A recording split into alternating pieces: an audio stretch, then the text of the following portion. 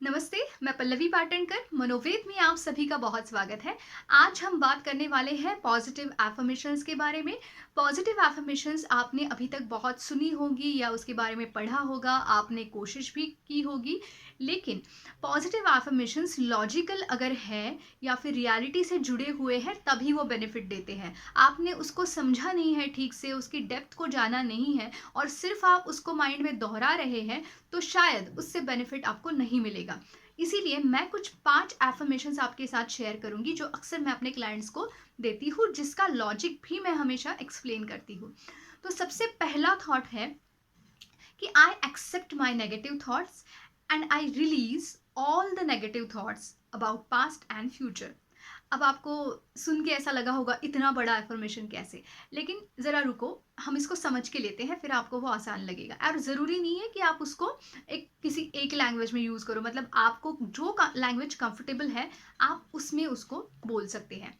तो हम सबसे पहले एक्सेप्टेंस को बढ़ा रहे हैं कि हमारे लाइफ में जो भी हो रहा है या जो भी हमारे नेगेटिव थॉट्स हैं, वो सभी जो है वो ना वो नेचुरल है, वो आना इसमें बहुत बुरी बात नहीं है। सो एक्सेप्टेंस इज मोर इम्पॉर्टेंट। जब तक हम एक्सेप्ट नहीं करते तब तक प्रॉब्लम्स बढ़ती जाती है और एक्सेप्ट करने के बाद प्रॉब्लम्स कम होने लगती है। तो एक्सेप्ट करो कि मैं अपने नेगेटिव थॉट्स को एक्सेप्ट करता हूँ या करती हूँ।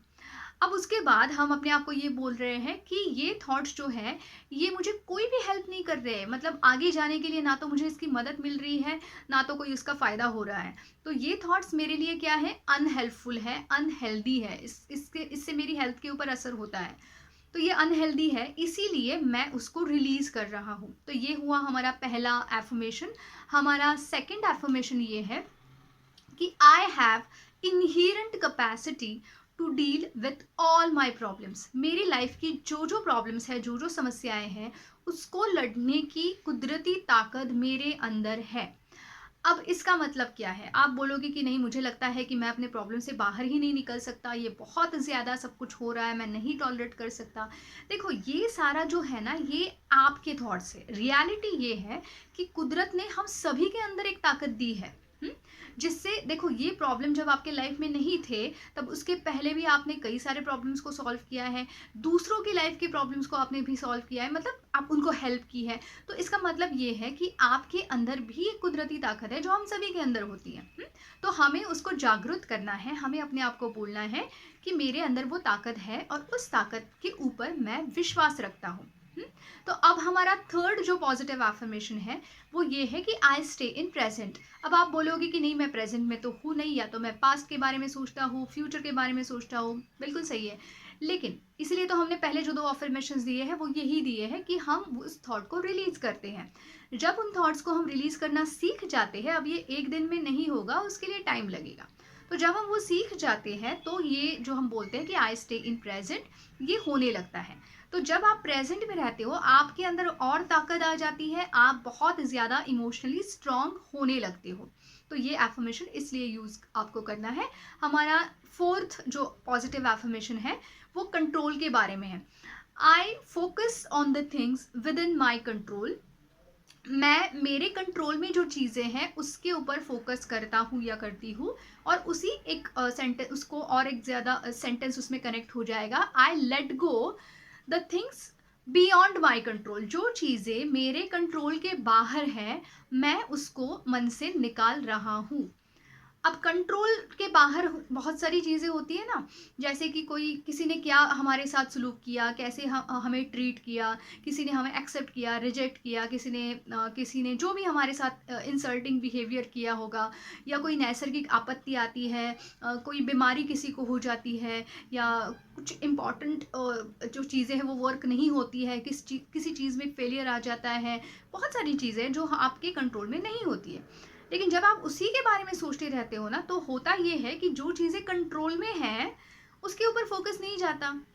तो आपकी लाइफस्टाइल, आपका खाना पीना, आपका सोना, टाइम पे सोना, आपका एक्सरसाइज करना, आपका पॉजिटिव थिंकिंग करना, ये सारी चीज़ें आपके कंट्रोल में होती है। और यहाँ तक आप नेगेटिव सिचुएशन को किस तरीके से रिस्पॉन्ड करें, ये भी आपके हाथ में होता है। तो इसीलिए ये नंबर 4 का एफर्मेशन जो है वो आप ज़रूर यूज़ कीजिए। अब लास्ट वाला एफर्मेशन देखिए क्या है। अब ये खुद के बारे में है। I am strong, safe. Comfortable, confident and काम। अब देखो, एक एक चीज को समझ के लो, आपको आसान लगेगा। स्ट्रॉन्ग जो है, इसके लिए हमने पहले पॉजिटिव एफर्मेशंस दिए हैं कि मेरे अंदर वो ताकत है, मैं सारी मुसीबतों का सामना कर सकता हूँ।